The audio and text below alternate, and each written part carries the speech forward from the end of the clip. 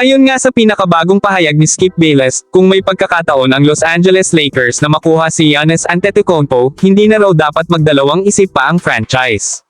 Sa paningin ni Bayless, si Giannis ang klase ng superstar na once in a generation, at kapag may chance kang mapasaiyo ang ganitong klaseng manlalaro, ibigay mo na ang kahit sino sa roster, walang untouchable. Dagdag pa ni Bayless, kung kukunin nga ng Lakers si Giannis, mas mainam daw na isama rin sa package sina Kevin Porter Jr. at Gary Trent Jr. Bagamat hindi kasing kilala ng mga All-Stars, sa pananaw ni Skip, sila ay mga pirasong swak sa sistemang ginagalawan ni Giannis, mga versatile na scorers at defenders na kayang tumanggap ng anumang role, maging sa starting lineup man o sa second unit. Pinonto ni Skip Bayless na sa naging takbo ng Milwaukee Bucks ngayon season, kitang-kita ang halaga ng pagkakaroon ng mga role players na hindi maarte sa minutes, hindi nagrereklamo sa role, at kayang mag-contribute kahit off the bench. Sa panahong sobrang dynamic ng NBA at kung saan ang chemistry ay kasing halaga ng talento, ang pagkakaroon ng mga tulad ni Trent Jr. at Porter Jr. ay isang strategic move. Para kay Bayless, hindi lang ito tungkol sa panalo ngayon, ito rin ay pamumuhunan para sa hinaharap. Sa edad ni Giannis, nasa prime years pa siya at may ilang taon pang elite basketball sa harap niya. Kung may ipapartner siya sa mga complementary pieces, lalong lalalim ang rotation ng Lakers at mas titibay ang tsansa nilang mag-content taon-taon.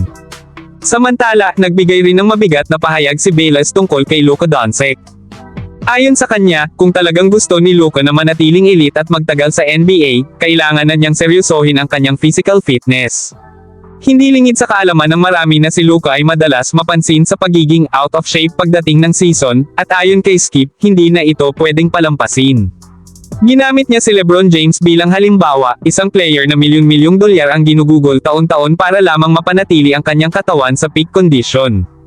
At dahil dito, kahit nasa late 40s na si LeBron, nakakalaro pa rin siya sa mataas na antas at hindi basta-basta napapahinto ng injury. Dagdag pa ni Bayless, hindi sapat na ikaw ay isang generational talent.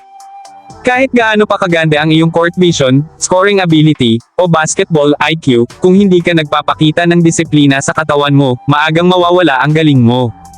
You'll be a bust, ika nga niya. Mahalaga raw na i-shift na ni Luka ang mindset niya, hindi lang para sa kanyang personal na longevity kundi para ipakita sa buong NBA na mali ang iniisip ng iba tungkol sa kanya. Sa isang liga kung saan mabilis ang palitan ng henerasyon at talento, ang pagiging seryoso sa fitness ay hindi na opsyon kundi obligasyon para sa mga nais magtagal at makapag-ukit ng tunay na legacy. Sa kabuuan, ang mga pahayag ni Skip Bayless ay hindi lamang isang hot take kundi isang wake-up call para sa dalawang NBA superstars. Para sa Lakers, ito ay hamon na pag-isipan kung hanggang saan ang kanilang kayang isakripisyo upang makuha si Giannis at magsimulang muli ng isang championship window. Para kay Luka, ito ay panawagan na hindi sapat ang talento, kailangan ng sipag, tiyaga, at matinding disiplina upang mapanatili ang pagiging elite.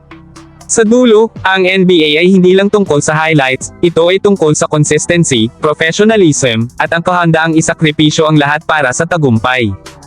E-comment na lang nyo ang inyong opinion kung may time po kayo at huwag po kalimutan mag-like at mag-subscribe sa channel para sa latest Lakers update. Maraming salamat po.